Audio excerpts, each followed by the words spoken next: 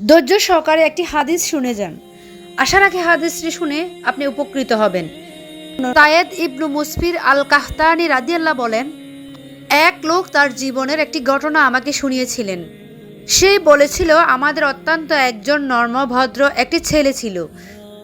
একদিন আমরা ঘুমাতে যাব, এমন সময় আমার ছেলেটি এসে আমাকে বলল, বাবা, পড়াশোনা করতে করতে অনেক ক্লান্ত হয়ে গেছি, তাই আমি বাহিরে গিয়ে একটু হাঁটাচলা করে আসব। আধা ঘন্টা বাহিরে গিয়ে কিছু সময় হাঁটাচলা করতে চাই। তখন আমি বললাম, বাবা, এখন বাহিরে যেও না, মানুষজন এখন ঘুমিয়ে গিয়েছে, আর তুমি তো ঘুমের পোশাক পরিধান করেছ। তখন ছেলে বলল, বাবা, আমি ঘুমের পোশাক পরেই যাব। বাবা বলল, না, কোনোভাবেই এখন বাহিরে যাওয়া যাবে না, কারণ সেই ছিল খুবই বিনয় এবং ভদ্র। ছেলেটি আর তাকে এইভাবে মন খারাপ দেখে তার মা কারণ জিজ্ঞেস করলো। সেই বলল, আমি বাবার কাছে গিয়েছিলাম কিছুক্ষণ বাহিরে হাঁটাচলা করব সেই অনুমতি নিতে, কিন্তু তিনি আমাকে অনুমতি দিলেন না, বাহিরে যাওয়ার জন্য নিষেধ করে দিয়েছেন। তখন তার মা আমার কাছে এসে বলল, ওকে কিছু সময়ের জন্য বাহিরে যেতে দিন। আমাদের ছেলের ব্যাপারে তো আমরা জানি সে কেমন, ও তো অনেক ভালো ছেলে। এভাবে তার মার পেরাপেরিতে আমি তাকে বাহিরে যেতে দিলাম, কিন্তু সাথে সাথে আমার মুখ থেকে ওর জন্য বরদোয়া বের হয়ে গেল। আমি তখন তার মাকে বললাম, ওকে যেতে দাও, আল্লাহ তাআলা যে ওকে বের করবেন আর ঘরে ফিরত আসবে না। আমি কিন্তু কথাটা ইচ্ছে করে বলিনি, মন থেকেও বলিনি, কিন্তু আমার মুখ থেকে কথাটা বের হয়ে গেছে।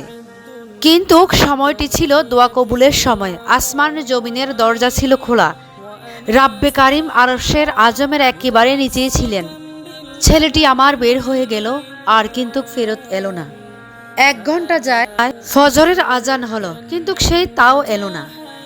আমার অন্তর তখন ফেটে যাচ্ছিল, মনে হচ্ছিল কেউ আমাকে তীর দিয়ে আঘাত করছিল। আমার আর বুঝতে বাকি রইল না এটা দোয়ারে ফল। আমি ফজরের নামাজ পড়ে ঘরে ফিরলাম, কিন্তু আমার ছেলে আর ঘরে ফিরল না। আমি থানায় গেলাম, তারা বিভিন্ন জায়গায় যোগাযোগ করে বলল, গত রাতে একটি দুর্ঘটনা ঘটেছিল, অমুক জায়গায় অনেক মানুষ মারা গেছে, আপনি অমুক হাসপাতালে গিয়ে খবর নিন। আমি সেখানে গিয়ে দেখলাম মর্গের দরজা আমার জন্য তারা খোলা রেখেছেন। তাহলে একবার ভেবে দেখুন শেষ রাতের দোয়া কতটাই না গুরুত্বপূর্ণ।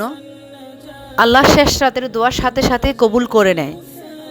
তখন মনে মনে ভাবতে লাগলাম আর কান্না করতে লাগলাম, কেন আমার মুখ থেকে এমন বরদোয়া বের হয়ে গেল। তাই আমাদের সন্তানের জন্য সবসময় আমাদের দোয়া করা উচিত, বরদোয়া না। মাথা গরম হয়ে কখনোই সন্তানদের বদদোয়া দিবেন না, মাথা গরম হয়ে কখনোই সন্তানদের আজে বাজে কথা বলবেন না।